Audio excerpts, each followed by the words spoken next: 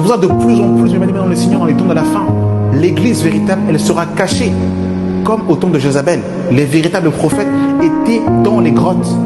C'est pour ça ceux qui partiront à l'enlèvement de l'église, ce sera ceux qui seront dans les coulisses et qui seront en train de se préparer pour le grand retour du Maître. C'est pour ça que Jésus veut te sanctifier. Laisse Jésus te laver par les eaux de sa parole. La grâce et la paix par Jésus-Christ, le Fils de Dieu, le ressuscité du troisième jour. Nous bénissons le Seigneur pour cette nouvelle audio qui fait suite à l'enseignement précédent où nous avons parlé du salut sans les œuvres. Aujourd'hui, on aimerait traiter une question sur l'aspect que les brebis sont dans la main du Seigneur et personne ne les ravira de la main de Jésus.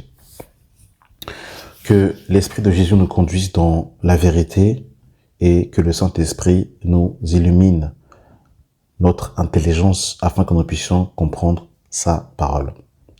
Jean chapitre 10, le verset 23. Et Jésus se promenait dans le temple, sous le portique de Salomon. Les Juifs l'entourèrent et lui dirent, « Jusqu'à quand tiendras-tu notre esprit en suspens? Si tu es le Christ, dis-le-nous franchement. » Jésus leur répondit, « Je vous l'ai dit et vous ne croyez pas. Les œuvres que je fais au nom de mon Père rendent témoignage de moi, mais vous ne croyez pas parce que vous n'êtes pas mes brebis. Comme je vous l'ai dit, mes brebis entendent ma voix. Je les connais et elles me suivent. Je leur donne la vie éternelle et elles ne périront jamais. Et personne ne les ravira de ma main. Moi, mon Père qui me les a donnés est plus grand que tous et personne ne les ravira de la main de mon Père. Moi et le Père, nous sommes un. » Amen, gloire à Dieu. Il y a beaucoup à dire dans ce passage, notamment par rapport à la divinité de Christ, mais c'est pas le sujet que nous allons évoquer aujourd'hui. Mais là, ici, ce passage est utilisé pour dire que les brebis qui sont dans la main du Seigneur ne périront jamais parce qu'elles sont dans la main de Christ. Nous disons Amen à la parole parce que l'écriture ne peut être anéantie. Mais une écriture se comprend au travers des autres écritures. Une écriture se complète. Et on ne peut pas prendre un verset, l'isoler et en faire une doctrine, tout en annihilant tous les autres versets qui entourent. Au verset 27, on nous dit, Jésus dira, « Mes brebis entendent ma voix, je les connais et elles me suivent. Je leur donne la vie éternelle et elles ne périront jamais et personne ne les ravira de ma main. Mon Père qui me les a donnés est plus grand que tous et personne ne peut les ravir de la main de mon Père. Moi et le Père, nous sommes un. » Donc on voit qu'il n'y a qu'une seule main, il n'y a pas deux mains. Une petite parenthèse. Et là, mes bien-aimés dans le Seigneur, c'est très intéressant ici parce que Jésus est clair. Il dit que personne ne les ravira de sa main. Et nous disons oui et amen à cette parole. Oui, personne ne peut ravir les brebis de la main du Seigneur. Personne. Le texte est clair, le texte est limpide et il n'y a pas de contestation à avoir dans ce texte-là. Personne ne peut ravir les brebis de la main du Seigneur Jésus-Christ, de la main du Père. Et Paul va aller un peu dans la même continuité dans le livre de Romains chapitre 8. Dans le livre de Romains chapitre 8, le verset 28, il est écrit « Nous savons du reste que toute chose concourt au bien de ceux qui aiment Dieu, de ceux qui sont appelés selon son dessein. Car ceux qu'il a connus d'avance, il les a aussi prédestinés à être semblables à l'image de son Fils, afin que son Fils fût le premier-né d'entre plusieurs frères. Et ceux qu'il a prédestinés, il les a aussi appelés. Et ceux qu'il a appelés, il les a aussi justifiés. Et ceux qu'il a justifiés, il les a aussi glorifiés. Que dirons-nous donc à l'égard de ces choses? Si Dieu est pour nous, qui sera contre nous? Lui qui n'a pas épargné son propre Fils, mais qui l'a livré pour nous tous, comme nous ne donnera-t-il pas aussi toutes choses avec lui? Qui accusera les élus de Dieu? C'est Dieu qui justifie. Qui les condamnera? Christ est mort, bien plus, il est ressuscité. Il est à la droite de Dieu et il intercède pour nous. verset 35. Qui nous séparera de l'amour de Christ? Serait-ce la tribulation, ou l'angoisse, ou la persécution, ou la faim, ou la nudité, ou le péril, ou l'épée? Selon qu'il est écrit, c'est à cause de toi qu'on nous met à mort tous les jours, qu'on nous regarde comme des brebis destinées à la boucherie.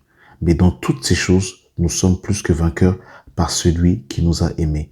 Car j'ai l'assurance que ni la mort, ni la vie, ni les anges, ni les dominations, ni les choses présentes, ni les choses à venir, ni les puissances, ni les hauteurs, ni la profondeur, ni aucune autre créature ne pourra nous séparer de l'amour de Dieu manifesté en Jésus-Christ notre Seigneur. Amen. Gloire à Dieu. C'est la continuité de ce que le Seigneur dira, que mes brebis sont dans ma main et personne ne les rêvera de la main de ma main. Personne ne rêvera de la main de mon Père. Moi et le Père, nous sommes un. Et là, ici, Paul nous dira, qui nous séparera de l'amour de Dieu manifesté en Christ? Personne. Mais, il y a un mais. Et c'est là que c'est très intéressant. C'est pour ça que c'est important de prendre l'ensemble des Écritures. Retenez bien, mes bien-aimés dans le Seigneur, qu'on a vu dans le livre de Jean chapitre 10, que les brebis du Seigneur sont dans sa main. Ils sont dans la main de son Père. Et lui et le Père sont un. Donc littéralement, c'est la même main. Et personne ne la ravira de la main du Père. C'est très clair, on l'a vu. Et ici, Paul dit que qui nous séparera de l'amour de Christ? Donc là, quand on lit le verset, Paul va énumérer plusieurs choses. Personne, rien ne nous séparera de l'amour de Dieu. Mais il y a un mais. Et on va prendre les Écritures. Nous sommes dans le livre de Apocalypse, chapitre 1, le verset 10. J'aime la parole. Et je fus ravi en esprit au jour du Seigneur. Et j'entendis derrière moi une voix forte, comme le son d'une trompette, qui disait, je suis l'alpha et l'oméga, le premier et le dernier. Ce que tu vois, écris-le dans un livre et envoie-les aux 7 églises, à Éphèse, à Smyrne, à Pergame, à Thyatire, à Sardes, à Philadelphie et à Laodicée. Verset 17. Écoutez le verset 17, mes amis dans le Seigneur. Quand je le vis, je tombai à ses pieds comme mort. Il posa sur moi sa main droite en disant, ne crains point, je suis le premier et le dernier et le vivant. J'étais mort et voici, je suis vivant au siècle des siècles. Je tiens les clés de la mort et du séjour des morts. Verset 19. Écris donc les choses que tu as vues, et celles qui sont, et celles qui doivent arriver après elles. Le mystère, écoutez le verset 20, le mystère des 7 étoiles que tu as vues dans ma main droite, et les 7 chandeliers d'or.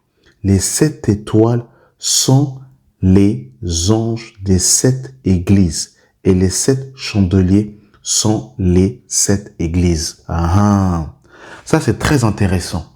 Là, ici, ce qu'on va voir par la suite, le Seigneur nous dit, je vais relire à partir du verset 19, « Écris donc les choses que tu as vues, celles qui sont et celles qui doivent arriver après elles, le mystère des 7 étoiles que tu as vues dans ma main droite. » Et on a vu justement dans Jean chapitre 10 là-bas, qui veut dire que mes brebis sont dans ma main. Et les 7 chandeliers d'or, les 7 étoiles sont les anges des 7 églises et les 7 chandeliers sont les 7 églises. Donc on parle justement des 7 étoiles qui étaient dans la main droite du Seigneur Jésus-Christ. Ça, c'est intéressant. C'est pour ça qu'on a dit qu'on ne peut anéantir l'écriture. Les brebis qui sont dans la main de Jésus, personne ne les ravira de sa main. Amen, gloire à Dieu. Et Paul dira dans Romains chapitre 8, qui nous séparera de l'amour de Dieu? Nous disons Amen. Il a cité plusieurs choses. Et on dit Amen parce qu'on ne contredit pas l'écriture. On se soumet, nous disons oui et Amen. Par contre, il faut comprendre la profondeur des Écritures. Et là, il y a quelque chose de très intéressant. Qu'est-ce que Jésus va dire aux 7 anges, aux 7 églises qui étaient dans sa main? En fait, le problème, c'est pas Jésus. Le problème, c'est nous, en fait. Et c'est ça, le problème, que les gens, justement, ne comprennent pas. C'est-à-dire en fait que lorsque on parle de Jésus, on parle forcément de l'Église aussi.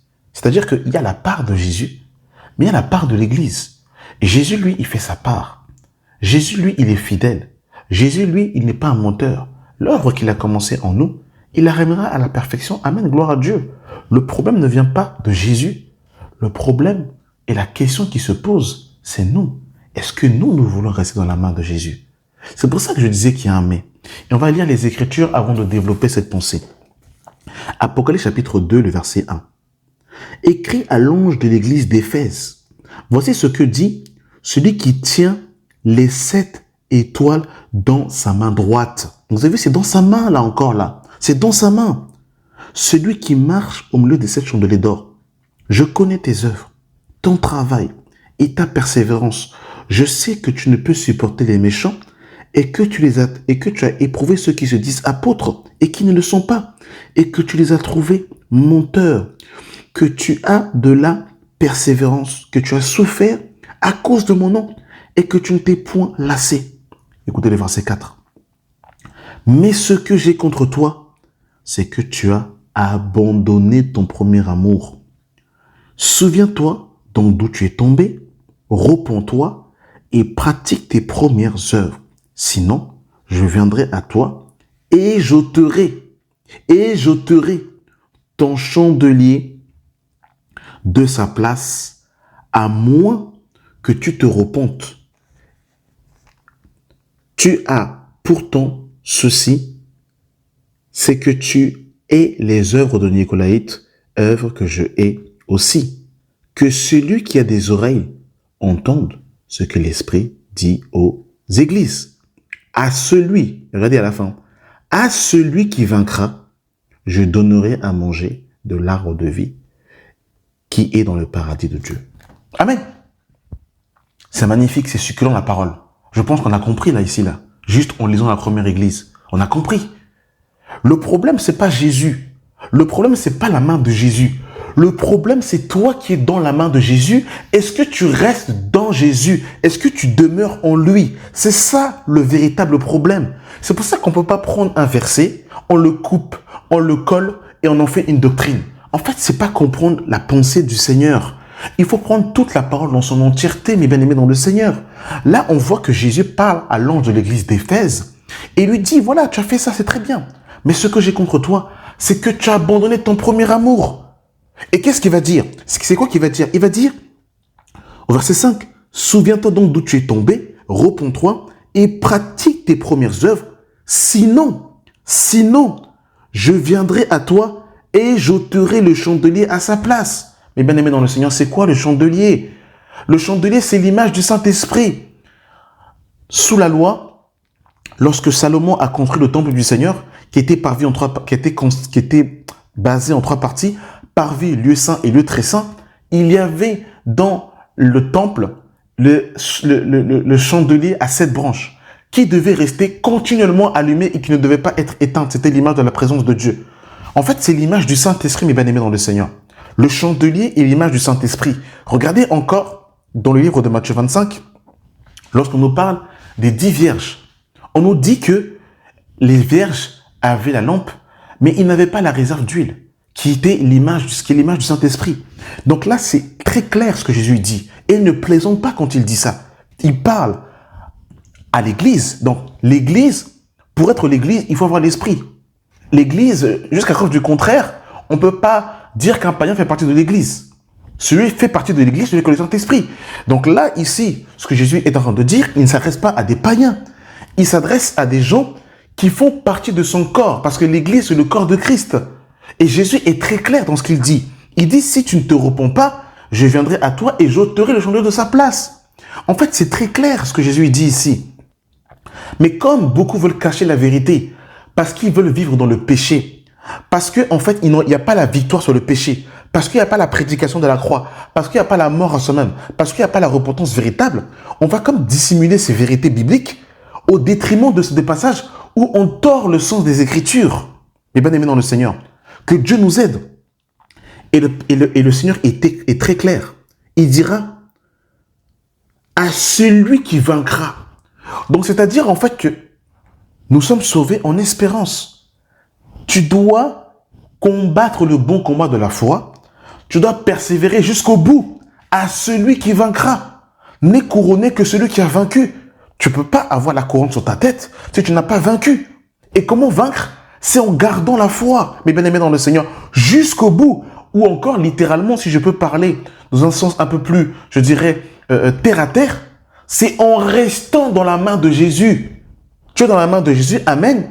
Mais est-ce que tu vas rester dans la main de Jésus? Ça, c'est notre question. Mes bien-aimés dans le Seigneur, nous n'allons pas lire l'église de Smyrne, parce que l'église de Smyrne a reçu les hommages du Seigneur. Hein. Sur les 7 églises, 2 ont reçu les hommages du Seigneur. L'église de Smyrne et l'église de Philadelphie. L'église de Smyrne qui est l'église persécutée et l'église de Philadelphie qui est l'église qui garde la parole. Donc ces 2 églises ont reçu l'hommage du Seigneur. Les 5 autres églises ont reçu la réprimande du Seigneur. Et c'est sur ça que nous voulons nous atteler pour saisir un peu la pensée du Seigneur. Apocalypse 2, le verset 12. Écrit à l'ange de l'église de Pergame. Voici ce que dit celui qui a l'épée aiguë, à 2 tranchants. Je sais où tu demeures, je sais que là est le trône de Satan. Tu retiens mon nom et tu n'as pas renié ma foi. Même au jour dont tu passes, mon témoin fidèle qui a été mis à mort chez vous, là où Satan a sa demeure. Mais j'ai quelque chose contre toi, c'est que tu as là des gens attachés à la doctrine de Balaam, qui enseigne à Balak de mettre une pierre d'achoppement devant les fils d'Israël pour qu'ils mangent des viandes sacrifiées aux idoles et qu'ils se livrent à l'impudicité. De même toi aussi que tu as des gens attachés pareillement à la doctrine de Nicolaïte. Ce que je hais. Réponds-toi donc. Sinon, écoutez le verset 16, réponds-toi donc, sinon je viendrai bientôt à toi et je les combattrai avec l'épée qui sort de ma bouche. Que celui qui a des oreilles entende ce que l'Esprit dit aux églises. Verset 17. À celui qui vaincra, je donnerai de la manne cachée et je lui donnerai un caillou blanc. Et sur ce caillou est écrit un nom nouveau que personne ne connaît si ce n'est celui qui le reçoit. Amen. Très clair encore. Très très clair. Le Seigneur, il donne une réprimande et il appelle à la repentance. Et il dit que si tu ne te repens pas, je les combattrai avec l'épée qui sort de ma bouche. Il parle à l'église, là, ici, mes bien-aimés dans le Seigneur. En fait, il faut vraiment qu'on sorte des bouquins qui, ne sont pas, qui n'ont pas la conduite du Seigneur, qui donnent des messages dilués et qui n'enseignent pas la sainte doctrine du Seigneur. Il faut qu'on se débranche des chaînes YouTube qui prêchent l'hypergrâce, qui ne nous poussent pas à travailler notre salut avec crainte et tremblement, mes bien-aimés dans le Seigneur. Il faut qu'on revienne au fondement des apôtres, des prophètes, mes bien-aimés dans le Seigneur. Il faut qu'on revienne à la simplicité des Écritures dans toute son globalité, dans toute son entièreté. Il ne faut pas qu'on prenne simplement des versets qui nous arrangent. Il faut prendre toutes les Écritures. Et le problème des systèmes, des dénominations, c'est qu'on va prendre un verset, on va l'exalter, on va le brandir comme un drapeau, au détriment des autres versets. En fait, un enseignant, c'est celui qui a la capacité de prendre tous les versets et qui est à l'aise avec tous les versets et qui a la capacité de pouvoir expliquer à sa mesure, bien sûr, bien évidemment, les versets. Il ne va pas exalter plus un verset qu'un autre. Non, on prend toute l'écriture parce que l'écriture ne peut être anéantie. Amen. Verset 18. Écrit à l'ange de l'église de Thyatire.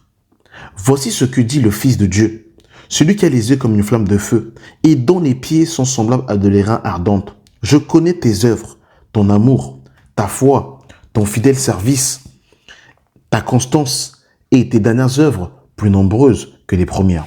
Mais ce que j'ai contre toi, c'est que tu laisses la femme Jézabel, qui se dit prophétesse, enseigner et séduire mes serviteurs pour qu'ils se livrent à l'impudicité et qu'ils mangent des viandes sacrifiées aux idoles. Je lui ai donné du temps afin qu'elle se repentît et elle ne veut pas se reproduire dans son impudicité. Voici, je vais la jeter sur un lit et envoyer une grande tribulation à ceux qui commettent adultère avec elle, à moins qu'elles se repentent de leur œuvre.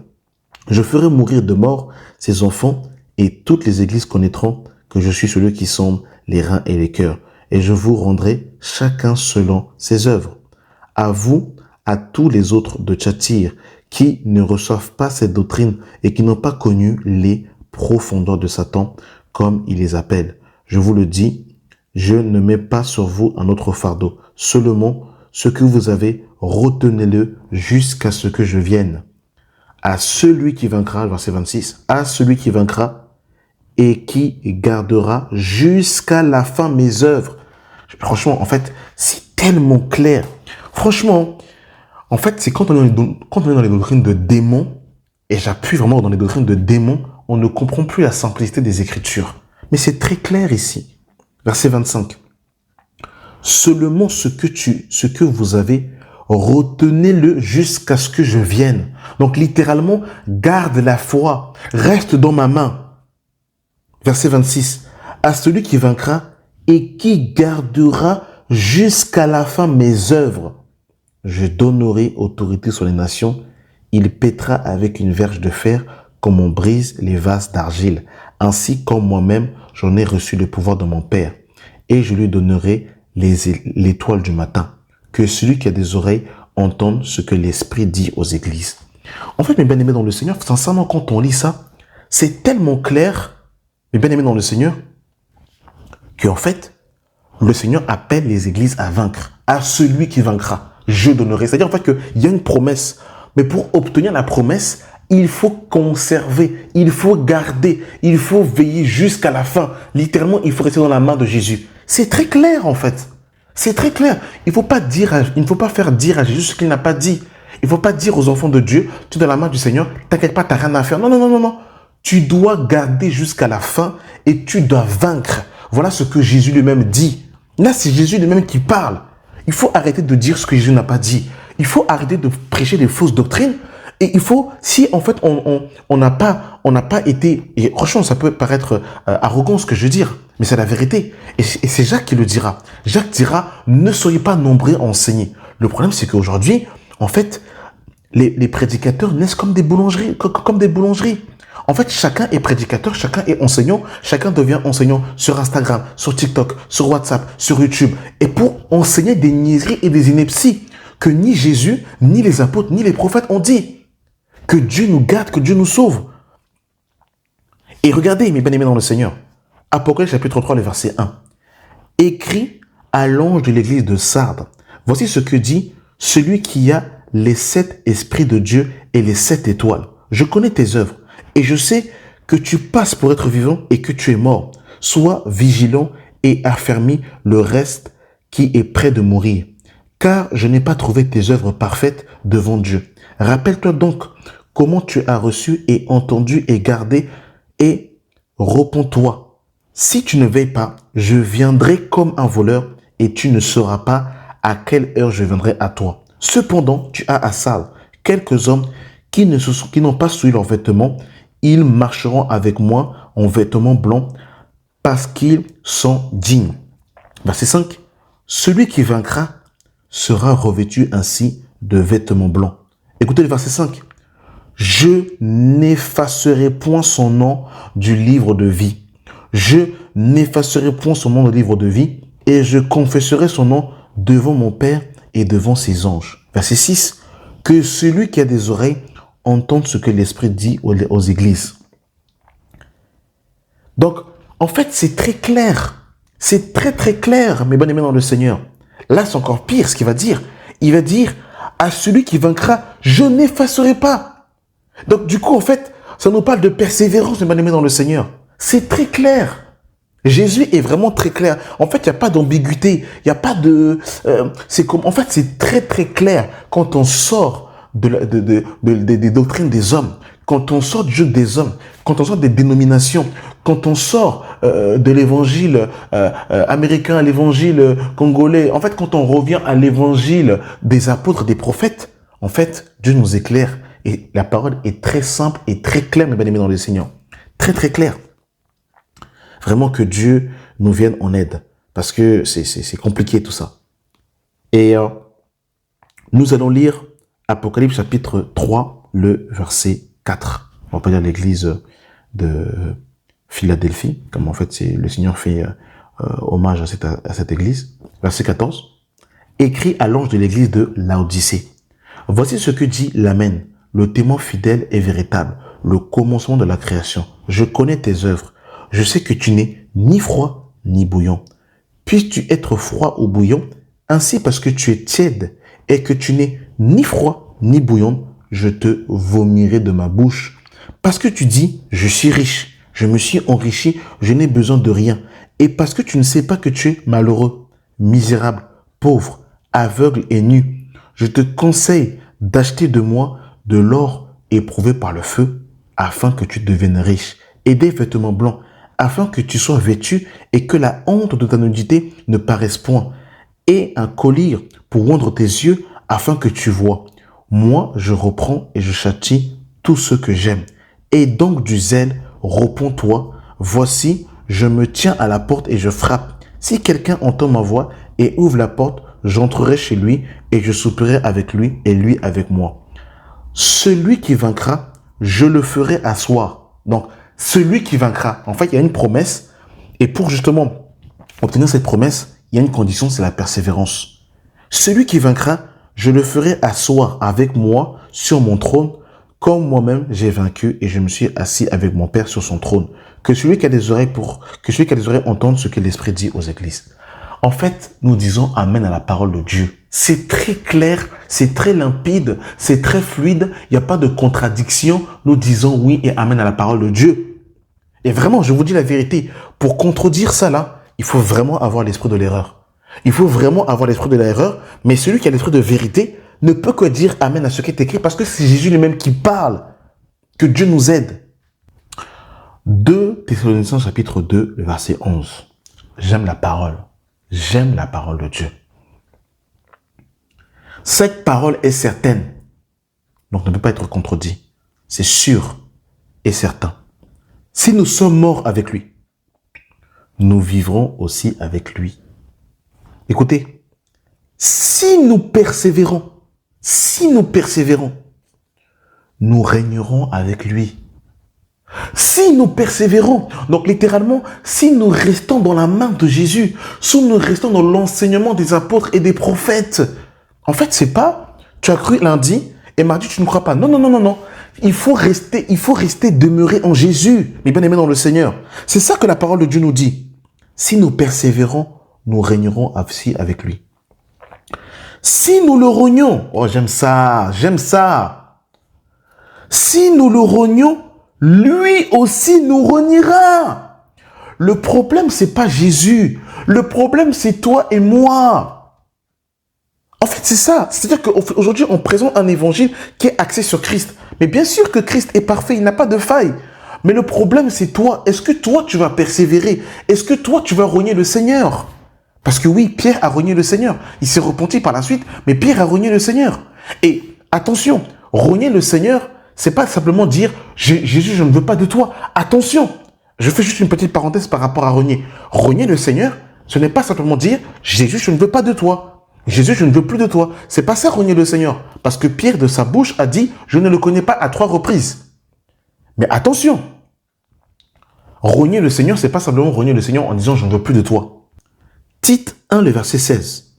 Ils font profession de connaître Dieu, mais ils le renient par leurs œuvres, étant abominables, rebelles et incapables d'aucune bonne œuvre. Donc, mes bien-aimés dans le Seigneur, renier le Seigneur, c'est lorsque nos œuvres sont des œuvres de la chair, sont des œuvres du vieil homme, sont la manifestation du péché, sans repentance, c'est renier le Seigneur. Et la parole est très claire dessus. Il n'y a pas d'ambiguïté. Dieu ne parle pas en parabole. Il dit clairement, il dit, oh, que Dieu nous aide. Si nous le rognons, lui aussi nous rognera. Donc, t'inquiète pas. Dieu, il est fidèle. Mais si tu le rognes, il te rognera. Et Jésus dira, celui qui aura honte de moi, moi aussi j'aurai honte de lui. C'est très clair, mes bien-aimés dans le Seigneur. Et il dira, si nous sommes infidèles, il demeure fidèle car il ne peut se renier lui-même. Donc en fait, Dieu, lui, il est très clair. Le Seigneur, lui, quand il parle, il est très clair. Il ne va jamais te... En fait, quand le Seigneur déclare une parole, lui, il s'appelle fidèle et véritable. Il va accomplir ce qu'il a dit. Mais le problème, c'est pas Jésus. Le problème, c'est toi et moi, mon bien-aimé dans le Seigneur. Est-ce qu'on va garder la parole jusqu'au bout? C'est ça, la vraie question qu'il faut se poser. Est-ce qu'on va rester dans la main de Jésus? Est-ce qu'on va garder l'enseignement des apôtres et des prophètes? C'est ça la vraie question. Et regardez, mes bien-aimés dans le Seigneur, on va aller dans un autre volet, le volet de la foi. Parce que la Bible nous dit que c'est par grâce que vous êtes sauvés par le moyen de la foi. Par le moyen de la foi. En fait, des fois, il faut s'arrêter sur les mots, il faut méditer. Il ne faut pas répéter les choses comme un slogan. Il faut avoir l'intelligence pour comprendre ce que je suis en train de dire. Parce que des fois, on dit, non mais je suis sauvé par la foi. Mais en fait, ça veut dire quoi la foi concrètement? C'est quoi la foi? Parce que la foi, tu peux la perdre en fait. Tu peux perdre la foi. La Bible nous dit que c'est par grâce que vous êtes sauvés par le moyen de la foi. Mais si tu perds la foi, tu n'es pas sauvé. Donc tu es sauvé uniquement si tu restes dans la foi. Mais si tu n'es plus dans la foi, tu n'es pas sauvé. Et ça, c'est très clair, il faut le dire, mes bien-aimés dans le Seigneur. Regardez ce que Paul va dire à Timothée dans 1 Timothée chapitre 1, le verset 3. Je te rappelle l'exhortation que je te fis à mon départ pour la Macédoine, lorsque je t'engageais à rester à Éphèse, afin de recommander à certaines personnes de ne pas enseigner d'autres doctrines et de ne pas s'attacher à des fables et à des généalogies sans fin qui produisent des discussions plutôt qu'elles ne fassent avancer l'œuvre de Dieu dans la foi. Le but du commandement, c'est une charité venant d'un cœur pur, d'une bonne conscience et d'une foi sincère. Écoutez le verset 6. Quelques-uns s'étant détournés, se sont égarés dans de vains discours. Donc, mes bien-aimés dans le Seigneur, on peut s'égarer et se détourner. Et on va voir des versets qui nous montrent clairement que tu peux avoir la foi lundi et ne plus avoir la foi mercredi. C'est très clair. Verset 18. Le commandement que je t'adresse, Timothée, mon enfant, sur les prophéties faites précédemment à ton sujet, c'est que d'après elles, tu combattes le bon combat en gardant la foi. En gardant la foi et une bonne conscience. Cette conscience, quelques-uns l'ont perdue et ils ont fait naufrage par rapport à la foi. De ce nom sont Hyménée et Alexandre que j'ai livrés à Satan afin qu'ils apprennent à ne pas blasphémer. En fait, ça me prend tellement à cœur. J'ai tellement les tripes de ça que c'est un message qui me donne la colère. Les messages qui disent aux enfants de Dieu, tu as cru hier, c'est bon, il n'y a rien à faire, c'est bon. En fait, mais quelle Bible on lit en fait? Quel message on a reçu? C'est parce que les apôtres nous ont prêché, mes bien-aimés dans le Seigneur. Regardez ce que Paul dit dans 1 Thessaloniciens chapitre 4, le verset 1. Mais l'Esprit dit expressément que dans les derniers temps, quelques-uns abandonneront la foi. Mais on ne parle pas à des païens ici, mes bien-aimés dans le Seigneur. On parle à des enfants de Dieu, des gens qui ont reçu, qui ont entendu la parole, pour s'attacher à des esprits séducteurs et à des doctrines de démons. Voilà ce que la Bible dit. Seigneur, viens au secours de ton peuple. Viens au secours de ton peuple, Seigneur. 1 Timothée, chapitre 6, le verset 20. Ô Timothée, garde le dépôt en évitant les discours vains et profanes et les disputes de la fausse science dont font profession quelques-uns qui se sont ainsi détournés de la foi. Oh, que Dieu nous aide. On lit la Bible ou on lit Tintin au Congo? Que Dieu nous vienne en aide véritablement. 2 Timothée, chapitre 2, le verset 16. Évite les discours vains et profanes, car ceux qui les tiennent avanceront toujours plus dans l'impiété et leur parole rongera comme la gangrène. De ce nombre sont Hyménée et Philette, qui se sont détournés, éloignés, qui sont sortis de la main de Jésus, disant que la résurrection est déjà arrivée et qui renverse la foi de quelques-uns. Seigneur, aie pitié de nous. 2 Timothée chapitre 4, le verset 3. Car il viendra un temps où les hommes ne supporteront plus la saine doctrine, mais ayant la démangeance d'entendre les choses agréables, ils se donneront une foule de docteurs, selon leurs propres désirs, détournant l'oreille de la vérité, et se se détournant vers les fables. Mais toi, sois sobre en toutes choses, supporte les souffrances, fais l'œuvre d'un évangéliste, remplis bien ton ministère. Le verset 6. Car pour moi, je sers déjà de libation, et le moment de mon départ est proche. J'ai combattu le bon combat. J'ai combattu le bon combat. J'ai achevé la course. J'ai gardé la foi. J'ai gardé la foi. Désormais, la couronne de justice m'est réservée. Le Seigneur, le juste juge, me la donnera en ce jour-là. Et non seulement à moi, mais encore à tous ceux qui auront aimé son avènement. Moi, je sais pas, on aurait même pu s'arrêter là et dire Amen. En fait, c'est très très clair en fait. C'est très très clair, mais on va vraiment prendre le temps pour voir vraiment qu'est-ce que la Bible dit dans son entièreté et dans sa globalité. 1 Jean, chapitre 2, le verset 28. Et maintenant, petit enfant, demeurez en lui, afin que lorsqu'il paraîtra, nous ayons de l'assurance et qu'à son avènement, nous ne soyons pas confus et éloignés de lui. Je relis. Et maintenant, petit enfant, demeurez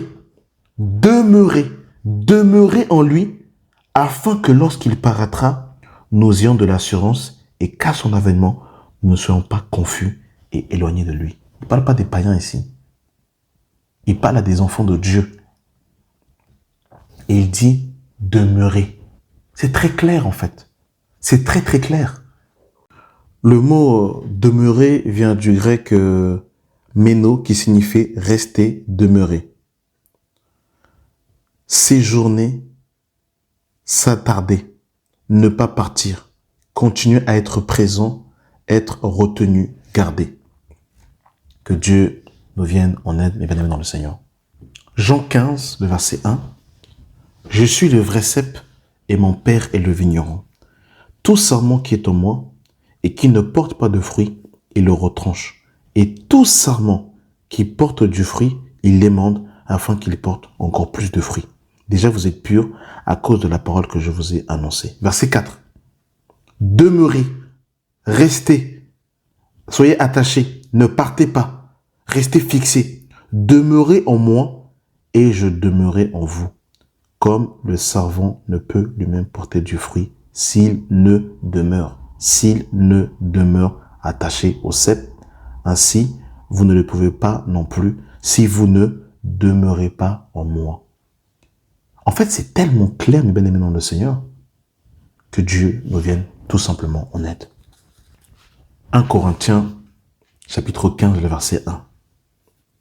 Je vous rappelle, frères, l'évangile que je vous ai annoncé, que vous avez reçu, et dans lequel, écoutez, et dans lequel vous persévérez, et dans lequel vous persévérez, et dans lequel vous êtes sauvés.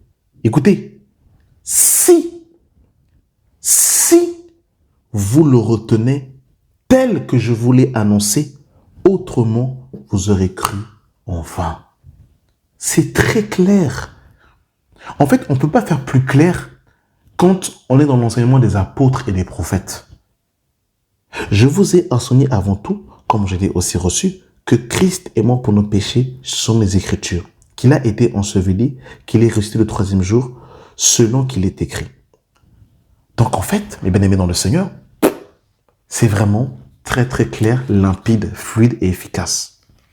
Alors dans l'épître aux Galates, n'en parlons même pas. N'en parlons même pas, parce que c'est vraiment en fait un exemple parfait de personnes qui avaient reçu l'évangile et qui n'avaient pas demeuré dans l'évangile, qui n'avaient pas persévéré dans l'évangile, qui les sauvait et qui s'étaient détournés. C'est tellement clair et on va lire ce passage dans le livre de Galates chapitre 1, le verset 6. Je m'étonne que vous vous détourniez si promptement de celui qui vous a appelé à la grâce de Dieu pour vous faire passer à un autre évangile. Non pas qu'il y a un autre évangile, mais il y a des gens qui vous troublent. Et là, je fais une petite parenthèse. Il y a des gens qui vous troublent sur les réseaux sociaux, sur WhatsApp, sur TikTok, sur Instagram, sur YouTube, dans les bouquins.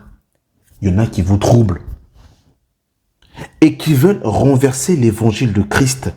Mais quand nous-mêmes, quand un ange du ciel annoncerait un autre évangile que celui que nous avons prêché, qu'il soit anathème. Nous l'avons dit précédemment, et je le répète à cette heure, si quelqu'un vous annonce un autre évangile, qu'il soit anathème. Waouh! Ah ça, que Dieu nous aide. Galates 3, le verset 1. Ô Galates, dépourvus de sens, qui vous a fasciné pour que vous n'obéissiez plus à la vérité, vous aux yeux de qui Jésus-Christ a été peint comme crucifié. Voici seulement ce que je veux apprendre de vous. Est-ce par les œuvres de la loi que vous avez reçu l'Esprit ou par la prédication de la foi?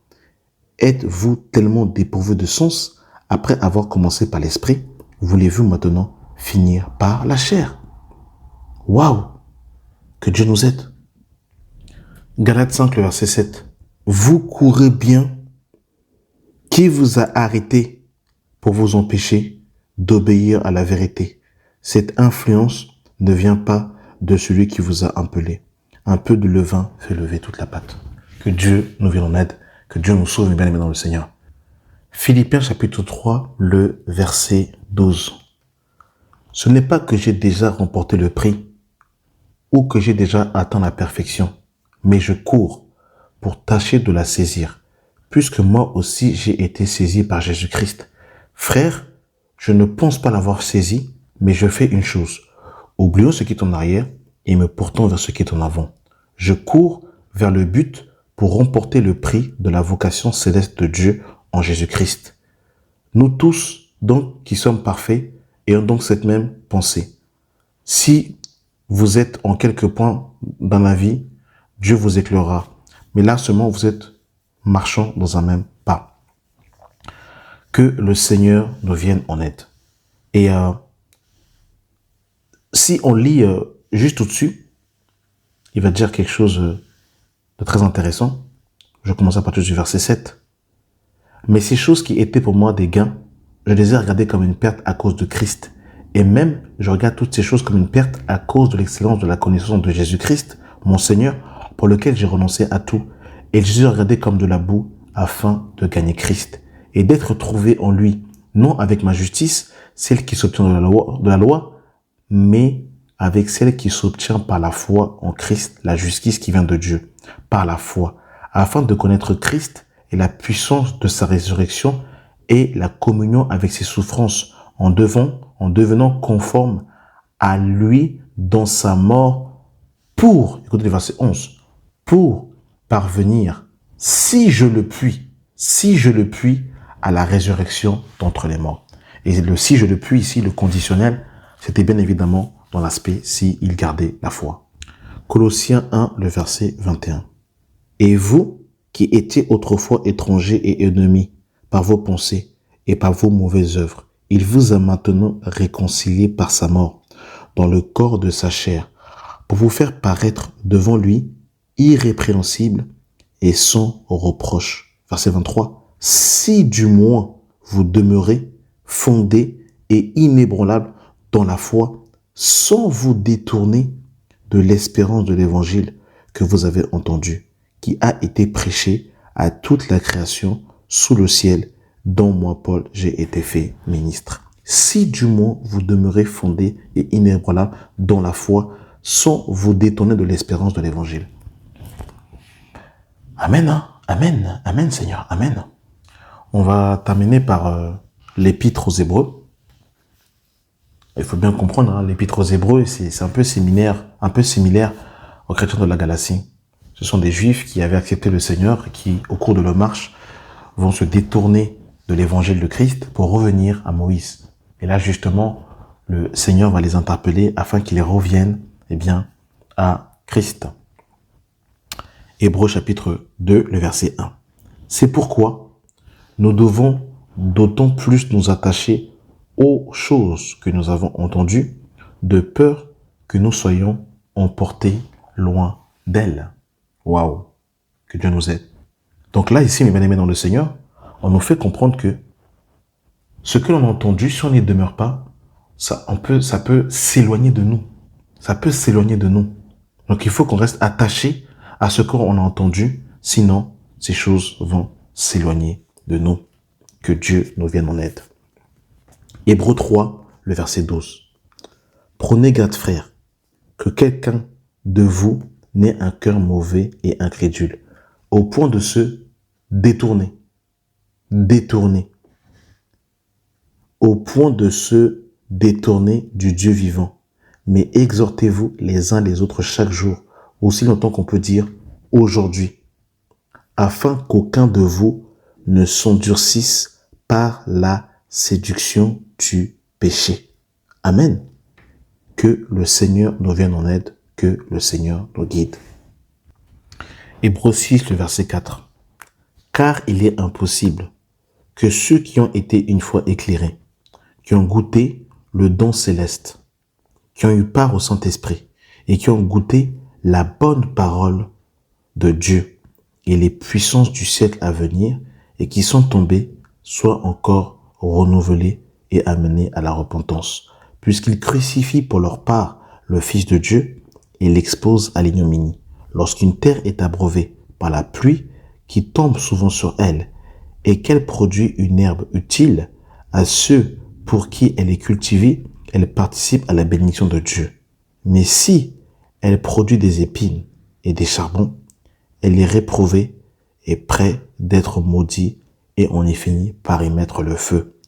Quoique nous parlons ainsi, bien-aimés, nous attendons pour ceux qui vous concernent des choses meilleures et favorables au salut. Vous avez vu, mes bien-aimés dans le Seigneur? Donc c'est très clair ce qu'il dit ici. Et là, il ne parle pas aux païens.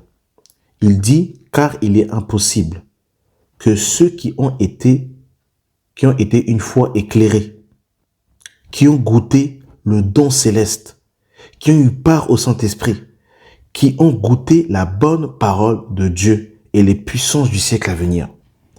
Moi, je sais pas, sincèrement, c'est très très clair. C'est très très très clair. Là, l'auteur, en fait, ici, ce qu'il veut dire, il parle des personnes, pas une personne, par exemple, qui a fait une erreur et par la suite qui est disqualifiée. Il parle d'une personne qui renie le Seigneur en revenant justement, après avoir été éclairé, avoir reçu les Seigneurs, avoir reçu la vraie parole, qu'il retourne dans le monde en abandonnant le Seigneur. Là, pour cette personne-là, malheureusement, c'est le blasphème, il n'y a plus rien à faire pour elle. C'est l'esprit d'égarement. Écoutez le verset 10 de Hébreux 10.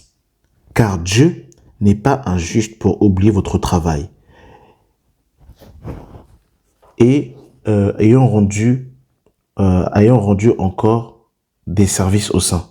Nous désirons que chacun de vous montre le même zèle pour conserver, écoutez, pour conserver jusqu'à la fin une pleine espérance, en sorte que vous ne vous relâchez point et que vous imitiez ceux qui par la foi et par la persévérance héritent des promesses. Vous avez vu, bien-aimés dans le Seigneur? Hébreux 10, le verset 23. Retenons fermement la promesse de notre espérance, car celui qui a fait la promesse est fidèle. Veillons les uns sur les autres pour nous exciter à la charité et aux bonnes œuvres. N'abandonnons pas notre assemblée, comme c'est la coutume de quelques-uns, mais exhortons-nous réciproquement, et cela d'autant plus que vous voyez s'approcher le jour. Car si nous péchons volontairement, après avoir reçu la connaissance de la vérité, il ne reste plus de sacrifice pour les péchés, mais une attente terrible du jugement et l'ardeur d'un feu qui dévore les rebelles. Celui qui viole la loi de Moïse meurt sans miséricorde sur la déposition de 2 ou 3 témoins. De quel pire châtiment, pensez-vous, sera digne celui qui aura foulé aux pieds le Fils de Dieu, qui aura tenu pour profane le sang de l'alliance par lequel il a été sanctifié. Donc là, on parle en fait des personnes, quelqu'un qui a été sanctifié et qui aura outragé l'esprit de la grâce. Car nous connaissons celui qui dit, à moi la vengeance, à moi la rétribution, dit le Seigneur, et encore le Seigneur jugera son peuple.